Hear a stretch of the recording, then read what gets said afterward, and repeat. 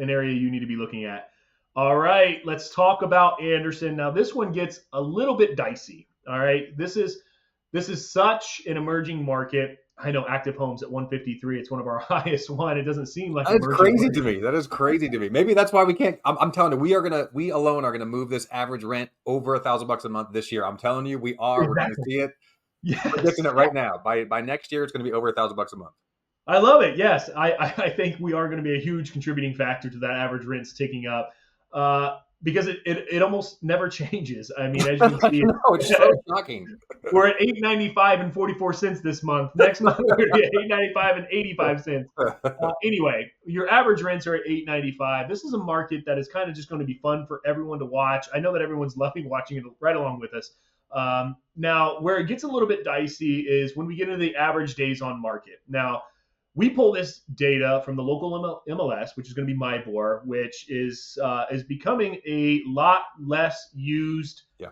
um, vehicle for marketing your properties. So the available data there makes it very hard to display accurately what's happening in that market. As you can see here, it shows or indicates rather an average days on market in 82. That's just not completely accurate. And we're going to change this up as we get into 2025. We may even change some of the data that we're going to relay on a month-to-month basis. So if you haven't already, jump down into the comments, jump down into the chat. Let's hear what's happening. What kind of information are you interested in us portraying on a month-to-month basis? But regardless of all that, I wouldn't pay too much attention to the average days on market that's going to be indicative in this market report because it's not going to be truly indicative of what's actually happening on the ground.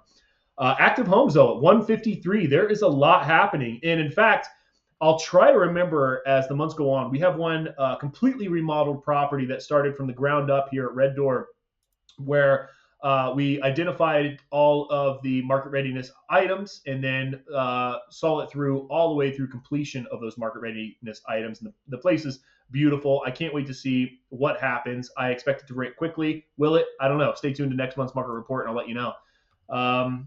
Anything you wanna spit out here on Anderson other than we're excited to continue to watch this? Yeah, no, we just started watching this kind of this year and identified it as a really affordable option that's really, really close to Fishers and Noblesville. We think it's an emerging market just based a lot on the affordability. If you're a new investor, you're looking for a really affordable home, this is it. And you're going to get a lot closer to positive cash flow, especially if you're willing to take on maybe a rehab or a flip or Yeah. something like that. You can really make some positive cash flow, which is almost impossible to do like anywhere in the nation.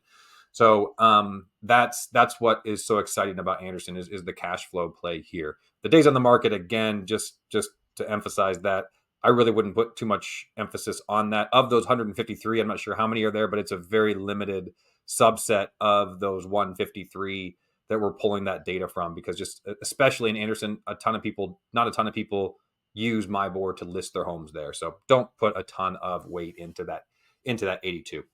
Yeah, and if anything kind of speaks to a sneak peek of what's happening in Anderson, if you're like, well, none of the numbers are indicating anything that you're saying here. Well, yeah, they kind of do. Look at that average sales price. I mean, at 187, you're seeing a over 26% increase year over year, and almost just over 6.5% month over month. There's a Yep. reason that those prices are going up at such a high pace, and that's because interest levels are increasing in the Anderson area. So man, I can't wait till we see some of these other numbers really indicate what we're preaching here, that we do see Anderson becoming an emerging market or being an emerging market, because those numbers would say that that's exactly what's happening.